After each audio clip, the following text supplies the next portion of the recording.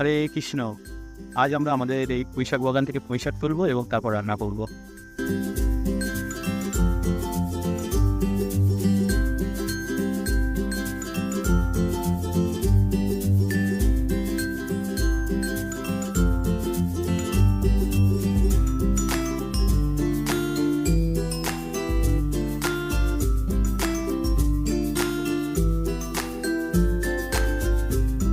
এতগুলো পুঁইশাক তুললাম। চলুন এবার তবে ভগবানের ভোগের জন্য রান্না করে নেওয়া যাক। আজ আমরা বানাবো আলু, কুমড়ো, পুঁইশাক ও ডালের বড়ি দিয়ে তৈরি অসাধারণ একটা রসা। রসাটা দেখতে কত সুন্দর লাগছে না? অবশ্যই একবার বাড়িতে বানাবেন। তো এই রসাটা বানানোর জন্যে আমরা প্রথমেই কড়াইতে তেল দিয়ে দিলাম। গরম হয়ে গেলে তার মধ্যে প্রথমেই আমরা ডালের বড়িগুলিকে ভালোভাবে লাল করে ভেজে নিতে হবে। কিন্তু এটি অবশ্যই মাথায় রাখবেন, এই ডালের বড়িগুলিকে আমরা লো মিডিয়াম ফ্লেমে ভেজে নেব। লাল হয়ে যাওয়া পর্যন্ত ওয়েট করব, কিন্তু আমরা হাই ফ্লেমে ভাজবো না। আমাদের ডালের বড়িগুলি ভাজা হয়ে গেছে। এবার এই তেলের মধ্যে দিয়ে দেবো কিছুটা জিরে, তারপর দিয়ে দিলাম কিছুটা পাঁচ ফোড়ন, দিয়ে দিলাম একটা শুকনো লঙ্কাকে দুভাগ করে। আমরা অবশ্যই গ্যাসের ফ্লেমটাকে এই সময় লো ফ্লেমে রাখবো। দিয়ে দিলাম দুটি তেজপাতা। মশলাগুলিকে হালকা লাল করে ভেজে নিতে হবে। দিয়ে দিলাম কিছুটা কালো জিরে। মশলা ভালোভাবে ভাজা হয়ে গেছে। এবার এর মধ্যে দিয়ে দিলাম কিছুটা কুচানো আলু। এবার আলুগুলিকে ভালোভাবে নেড়েচেড়ে লাল করে ভেজে নিতে হবে। আলুগুলিকে হালকা নাড়াচাড়া করে এবার ঢাকা দিয়ে দেব। আর 2 মিনিট পর আবারও আলুগুলিকে খুলে নাড়াচাড়া করে নেব। দেখুন আলুগুলি অনেকটা সিদ্ধ হয়ে এসছে। এবার এর মধ্যে দিয়ে দেব কেটে রাখা কুমড়োগুলিকে। আবারও আলু ও কুমড়োগুলিকে একসাথে ভালোভাবে নাড়াচাড়া করে ভেজে নিতে হবে। অনেকেই বলবেন হয়তো যে মশলাটা প্রথমেই কেন ব্যবহার করলেন। প্রথমে মশলাটা ব্যবহার করলে মশলার ফ্লেভারটা আলু ও কুমড়োর মধ্যে ভালোভাবে ঢুকে যাবে। এবার আমরা কিছুটা লবণ ছড়িয়ে দিলাম।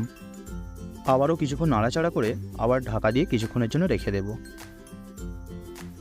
2 মিনিট পর আবারও ঢাকনাটাকে খুলে নিলাম।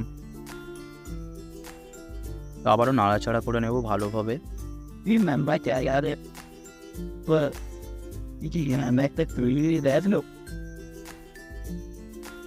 আবারও ঢাকা দিয়ে কিছুক্ষণের জন্য রেখে দিলাম। এবার দিয়ে দিলাম কেটে রাখা পুঁইশাকগুলিকে।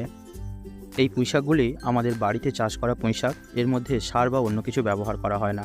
এর জন্যে এই রসার টেস্টটা আরও সুন্দরভাবে আসবে। আলু ও পুঁইশাকগুলিকে ভালোভাবে নাড়াচাড়া করে আবারও 2 মিনিটের জন্য ঢাকা দিয়ে রেখে দিলাম। দেখুন সবজিগুলি অনেকটা সিদ্ধ হয়ে এসছে। আবারও কিছুক্ষণ নাড়াচাড়া করে নিলাম। এবার এর মধ্যে দিয়ে দেবো কিছুটা হলুদ। আমি এখানে 1 চামচ ব্যবহার করেছি, আপনারা আপনাদের পরিমাণ মতো ব্যবহার করবেন। এবার দিয়ে দিলাম লাল লঙ্কার গুঁড়ো 1 চামচ। এই মশলাগুলি দেওয়ার পর আবারও কিছুক্ষণের জন্য কষিয়ে নিতে হবে। দেখুন আমাদের মশলাগুলি ভালোভাবে কষানো হয়ে গেছে। এবার এর মধ্যে দিয়ে দেবো পরিমাণ মতো জল। আমাদের এখানে 4 বাটির উপরে জল লেগে গেছে, তো আপনারা আপনাদের পরিমাণ মতো জল ব্যবহার করবেন। জল দেওয়ার পর হালকাভাবে মশলাগুলিকে নাড়াচাড়া করে নিলাম। আপনারা যখন ব্যবহার করবেন দেখবেন এতটাই জল হলে ঠিক আছে, এর চেয়ে বেশি জল ব্যবহার করবেন না। এবার এর মধ্যে দিয়ে দিলাম পরিমাণ মতো লবণ। আমরা আগেও লবণ ব্যবহার করেছি। তো এখন দিয়ে দিলাম কিছুটা কুচিয়ে রাখা টমেটো।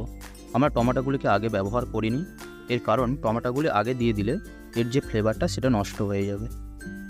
টমেটোগুলি কিছুটা সিদ্ধ হয়ে গেছে। এবার আমরা প্রথমেই যে বড়িগুলিকে ভেজে রেখেছিলাম সেগুলিকে দিয়ে দিলাম। বড়িগুলি দেওয়ার পর আবারও কিছুক্ষণের জন্য ঢাকা দিয়ে রেখে দেব, যাতে বড়িগুলি জলগুলিকে স্যুপ করতে পারে। দেখুন অনেকটা সিদ্ধ হয়ে এসছে আমাদের সবজিগুলিকে। এবার হালকাভাবে নাড়াচাড়া করে নেব। আবারও দিয়ে দিলাম কিছুটা চিনি। আপনারা আপনাদের পরিমাণ মতো দেবেন। আমি এখানে 1 চামচ ব্যবহার করলাম। আমাদের রান্না অলমোস্ট রেডি হয়ে গেছে। এবার আমরা আগে থেকে ভেজে রাখা কিছুটা জিরের গুঁড়ো ও কিছুটা ধনের গুঁড়ো ব্যবহার করলাম।